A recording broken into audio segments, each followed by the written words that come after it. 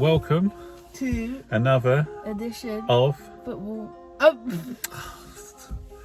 Burton Cut. Okay, guys, welcome to another edition of Burton. Ballers. So, And don't forget to like, subscribe, turn on post notifications so we notify whenever we make a video. Share this video, comment down below your opinions too.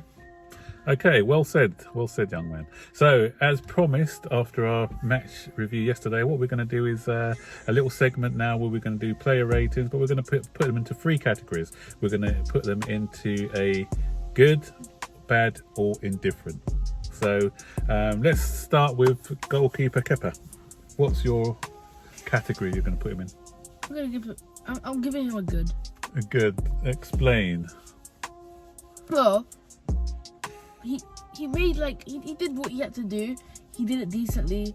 He had good handling of the ball, and even though he conceded a goal, it wasn't at any means his fault because he saved the first shot and then they came back before he had time to recover. Exactly. Yeah, I agree with you there, Zane. He made a good save off, I can't remember who had the shot. Then, as you said, the goal. I can't believe some people on Twitter are actually blaming him for that goal. What else is he supposed to do? He pulled off a point-blank save, but his defenders let him down because there was nobody reacting to that second shot. No, it was too late, Zane. We'll talk about really good a bit later anyway. But yeah, so... to me, he handled the crosses. He handled quite well. He didn't put a foot wrong. So yeah, so I'll give him a low end good of 7 out of 10 sort of thing. Yeah. So next one is Azpilicueta. What's your take? Well, it's gonna have to be good because he created both goals. It's if it wasn't for him, we wouldn't be able to. We wouldn't have scored those two goals. Maybe. Yeah. Football's a fun old game because, as you know, Zane, when we were talking during the match, I was very critical of Azpilicueta because I felt that he wasn't doing enough. He was exercising Frank Lampard's plan because Frank Lampard, obviously, you can see the plan was to overload the right hand side, and that's to stop Jack Grealish from coming the other way. So he was getting into very good advanced positions, but my issue with him was that he was doing nothing with the ball. His crosses were just going wayward. They weren't beating the first man. No dangerous crosses, but he did one cross where the goalkeeper sort of came and smothered it or caught it, and I thought that's the sort of cross you need to get in, those sort of crosses. And then a few minutes later, because I was calling for Reece James to come on at the time, but then he went and proved me wrong with both assists. The first one was an excellent cross. So those are the crosses we want to see more often from him. The nice cross to the far post where Pulisic came in with a finish.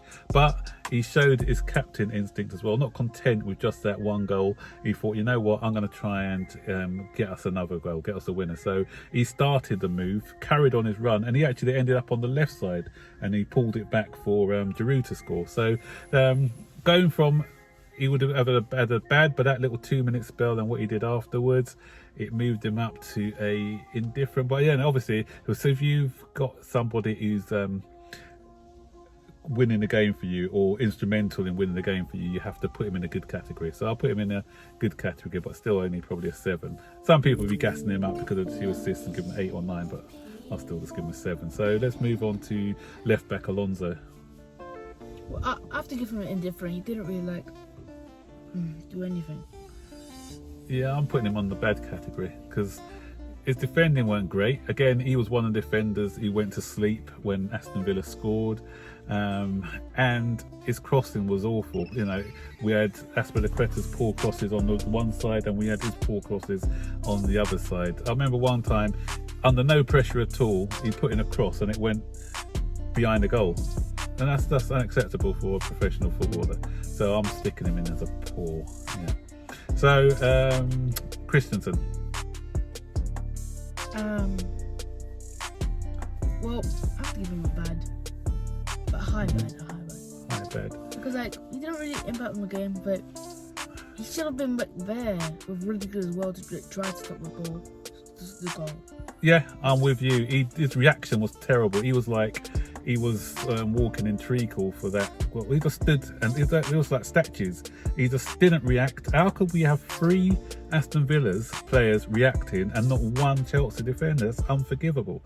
And he was the closest to the guy who scored, and he should have went with his man. He didn't go with his man. He's a nice, neat passer of the ball, nice and pretty. But first of all, I want my defenders to be able to defend. You know, being good on the ball is an attribute now that a central defender does need. I'm not disagreeing with that, but for me, they need to be able to tackle and organise, and he didn't give us and react to situations. He didn't give us any of that, so I'll give him I'll stick him in the bad category. Sorry, Rudiger. High bad because of his good pass. Christensen. I'm just really good on that. Yeah, high bad just simply because of his good passing and the use of the ball. Rudiger now. Well. This is a bit of a funny one, you know. It's a bit of a funny one. So, everyone will be like, oh, Rudiger's terrible, I'll give him a bad. But, you have to give him a good. A high good too. If it wasn't for him, you know his slow reactions, it caused them to score a goal. Like, we wouldn't have woken up. Like, Aston Villa wouldn't have woken up to give. Well, his performance was bad. No, his performance was bad. That's a flawed logic, Zane. Sorry. Honestly, it probably would have. No, he's a legend. It probably would have ended up 0-0. If it wasn't, if it wasn't. No, we're always gonna score. No, we weren't gonna score. We weren't gonna score. That motivated our players. That motivated Pulisic to come on. We kept on looking like we're gonna score, and we weren't 1-0 down. If we kept looking like we're gonna score, Frank Lampard would have kept the same players on and would have put Pulisic. No, I'm giving him a good. He wouldn't have. No, sorry, that's flawed logic. I'm not. No. Sorry, I disagree. Disagree with everything you say there. Because his performance was bad, but no, had he stayed 0-0, had he stayed 0-0, I see what you're saying, but it's flawed logic. Because had it stayed 0-0, Frank Lampard would have still put someone on to try and get that result. So. But later, no, he wouldn't have. No, he wouldn't have. You can't second guess what he would have done. Rudiger was poor. That's his performance. That's not his impact. His impact in the game was good. It doesn't matter. The game would have gone different. We may have won 4-0. You don't know. You can't look at scenarios like that. Right, he was poor from start to finish. From when he was pinging those balls up to Alonso. Actually, Alonso should move into the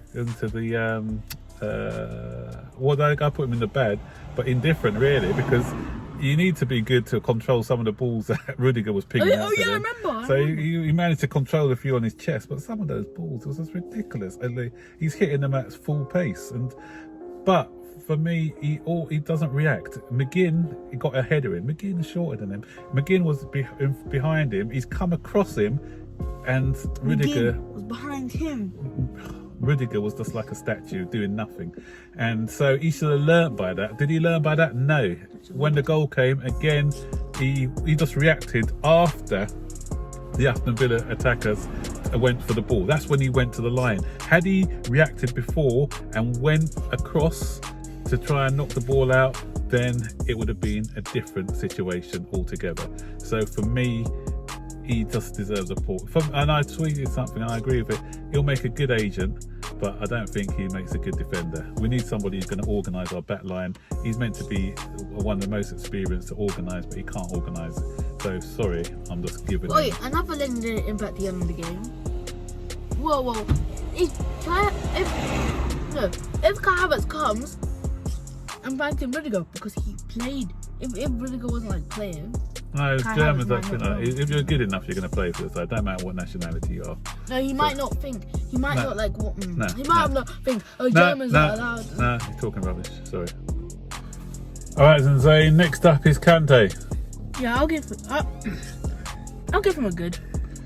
Yeah, I'll give him a very good. Some nonsense people were arguing with me on Twitter saying that he doesn't make a good TM. I just switch those people off and block them, because I haven't got time to waste with anyone who doesn't know tactics about football. And if they're going to have a debate, make it. I don't mind debating with everyone because everyone has their opinions, but when the debate starts to get silly with no sort of context, I haven't got time for those sort of people. Let me know your reasons why you don't think that he's good. He played that defensive midfield role very good. Some people are expecting him to do these extravagant 50-yard passes and things like that, and because he didn't do that, they're saying that he didn't have a good game, but he was very disciplined. He followed the instructions of Frank Lampard, I thought, yesterday. He won the ball and gave it to people. Some people said, oh, he fouled too much, but some of it was tactical fouling. That foul he did on Grealish, when Grealish was bearing down on goal near towards the end, that was a tactical foul, because had Grealish got a bit further, he'd have got straight into our back line, and we know how our back line are like at defending. Okay, it was, we're not great at set pieces as well, but expect the back line to do their job. Manchester City do that all the time, though, tactical fouling and things like that. So if it was Jorginho, I don't want to compare the two, but Jorginho wouldn't have caught up with Grealish in the first place, and it could have. No, it's not his fault. He's not the fastest, but he wouldn't have caught up. Then they would have gone straight in at our back line, Grealish, and we don't know what might have happened towards the end. Yeah. If they got the ball, he might have dived. Again, yes, he was diving so much they could have got a penalty, so we never know. So for me, he was my man of the match. A lot of people won't appreciate that, but I don't care. So Mason Mount, again, one. What do you think of Mason Mount yesterday? Well, he's one of the players that weren't really playing like bad. He was okay. I'll give him a high indifferent or low bad. It's like in between. A low bad, really? I mean, high indifferent or low good. Oh, low good, right? I was about to say, yeah. Like, wait, how does that go? Like high indifferent and always. Yeah. I think it's in between, but I think it's just edging to a low good. No, I give him a good. I give him a steady good. I thought he was trying to make things happen. He was trying, but he didn't. Yeah, and one of my friends and fellow YouTubers, Bagger TV, said he couldn't understand why he was out on the right and getting in Willian's way sometimes. But Frank Lampard explained what his tactics were, and that was to overload that side. As I said before when I talked about Azpilicueta, the reason why Mount was over that side was they wanted to overload the right hand side to stop Grealish coming the other way. So Grealish had to be occupied defending rather than coming forward. So that's why he was kind of moving towards the right as well. But I thought the overloads worked quite well, because it gave Azpilicueta space to get the crosses in. So it's not Mount's fault that Azpilicueta's crosses weren't reaching its target at the beginning. So, and he showed us he had that shot as well, didn't he, Zane? And then we caught out a good save from the goalkeeper. That great bit of skill he did. We crossed it where Loftus-Cheek, a fitter Loftus-Cheek would have got on the end of it. So I thought, he was quite sharp and he was quite good yesterday. So we're moving on to Kovacic. Indifferent for me. Yeah, he only had like about one shot with the goalkeeper. Yeah, he had that shot what went a little bit wide, and then he had another shot where the goal. It was him who had that shot where the goalkeeper messed up on. I recall so. Yeah, so it's quite funny, wasn't it, Zane? Because we were talking earlier when we were going to your school to pick up some stuff, and we both said we forgot he was playing. It wasn't really. The only reason I honestly saw him was because I saw him huddling up with the rest of the players like before the match. Yeah, so he didn't have a standout game. He wasn't influential in that game, so that's why I'm just giving him an indifferent. Even before the game, you didn't know he was playing. Because you're like, who's the other one again? Exactly, that's right. You knew from the get-go. Loftus-Cheek now. Loftus-Cheek, I'll give him an indifferent. Yeah. Well, yeah, it would have been a really high bad, but I'll give him a different one, because like all the players, like, they're coming off of quarantine, so no one's really gonna get a low bad because they're coming off quarantine. That's a good point. So they're not gonna be up to speed yet. So you can't really blame them, because Aston Villa already had a game, so if they look good compared to us, we're lucky we even they even look good. But because with Loftus-Cheek as well, the reason why he can't go into the bad category or the good category, because he's just come back from a year out injured. So you can see that his sharpness wasn't there. So a fully fit Loftus-Cheek would have probably scored that goal where not talking about the Mason Mount one, and even the header, he'd have probably got that one on target. So you can see that he was kind of off the pace a little bit. And again, he was playing out of position as well, because he's more suited to a deeper role, making those runs, those deep line runs. But obviously being out on the wing didn't suit, because he played on the left wing. That kind of didn't suit his game neither. So I had a bit of sympathy for him yesterday. How old is Loftus-Cheek now? Is he 24, 25? Was he 25? 24 or 25. He's getting old. Yeah. He's not a youth anymore. No, he's no longer a youth. You can't call him youth. So Willian, I thought he was good, apart from his corners. Yeah. No, His corners are good. Yeah. Because I saw the whip on. Literally, there's this guy. I think there was someone out of the box. He was meant to pass to. Then the whip on that corner, it got straight to that guy. Did he? I can't remember that one. I must have missed that one. I remember the one where he kicked it straight to Aston Villa player, straight from a corner. And it was a low part. He passed it, not kicked it, he passed it straight to an Aston Villa player. I didn't understand that one. But I thought he started quite brightly. He tried to make things happen. He had that shot, didn't he, where the keeper tipped it over as well. So I thought he was decent. You know, just decent. So I'll give him a low good, yeah. Same. And Giroud, he scored. Yeah, Giroud, first of all, I was quite critical of him in my match review, but then looking at it and analysing it again, I'll give him a low good. I thought he did okay because it was quite difficult out there. He wasn't getting a lot of service, but he still made it difficult for the Aston Villa defenders. Those two defenders that played for Aston Villa yesterday, that's probably Conte and Conte, is it? And what's his name? The one who plays for England. Grealish. No, Rice. the one who plays for England, the black guy. I can't remember his name. Oh wait. I know this guy. My brain's gone. I'll put it in the... Matter or something. No. That's him. Anyway, they formed a very good centre back partnership. So they made it quite difficult for us. But he fought manfully, and he made life difficult for them, and obviously he was rewarded with the goal at the end. So now going on to our substitutes. So the first sub, Pulisic, he's got to get a good, hasn't he? Yeah, he's got to get like a normal good. Came on and he changed the game with his goal. Actually, Although I'll give him a high good. You know what? He was quite lucky with that because it came off his studs, didn't it? It was the ball. It went so yeah. But he was telling his interview. Yeah, it's for fair play to him. Admitted he was unlucky. But with him, he kind of made things happen down the wing. He started to do things and stretch the play a bit more as well. So yeah, I'll give him a good. And Barkley. Barkley, I wanted him to come on. That's what I said. He should Barkley, come on. I was a bit reserved. I thought, because I think like that will suit his style of play. So I'm good for him. A low good. Yeah, low good. He impacted the game when he came on. Yeah, and he was involved in the second goal as well, the winner. So yeah, he did fine. Reece James, I was calling for him to come on, but yesterday he wasn't great. He's got to be on the bad category for me. I'll give him an extra high bad because everyone's coming off quarantine. Yeah, so he didn't really have enough time to brim himself. But he got tackled twice. He never usually gets tackled. Yeah, I know. He got dispossessed about 3 times. This guy, it was Aston Villa player. Literally, I was like, he got out-muscled as well, didn't he? That's not like him. I was like, Reece James, just easy. just take this guy on easily. Yeah. He tackled him. I was like, I know. So, but again, he's finding his way back after the quarantine. And he's still a youth as well. He is. Because I think it's harder for youth to come back. Yeah, and I just add, because one guy that I followed, he was critical of his performance, and then people started getting on his back. Like, you can't be criticising somebody just because he's the future and he's going to be a good player.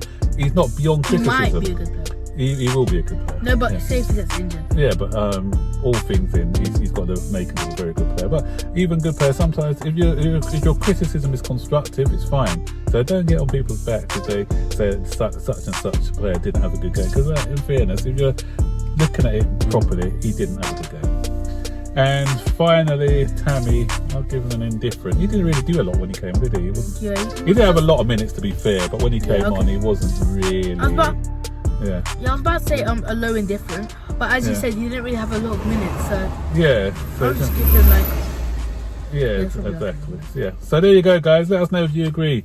Comment below. Do you agree with our ratings, or do you think some people should be higher or lower? Just let us know, and then we'll be happy to hear your thoughts. Until next video, guys. Like the video, subscribe to the YouTube channel, turn on all post notifications so you'll be notified when we upload a new video. Share this video to all your friends and everyone. So until then, peace out, stay safe. Bye bye. Keep that blue flag flying high.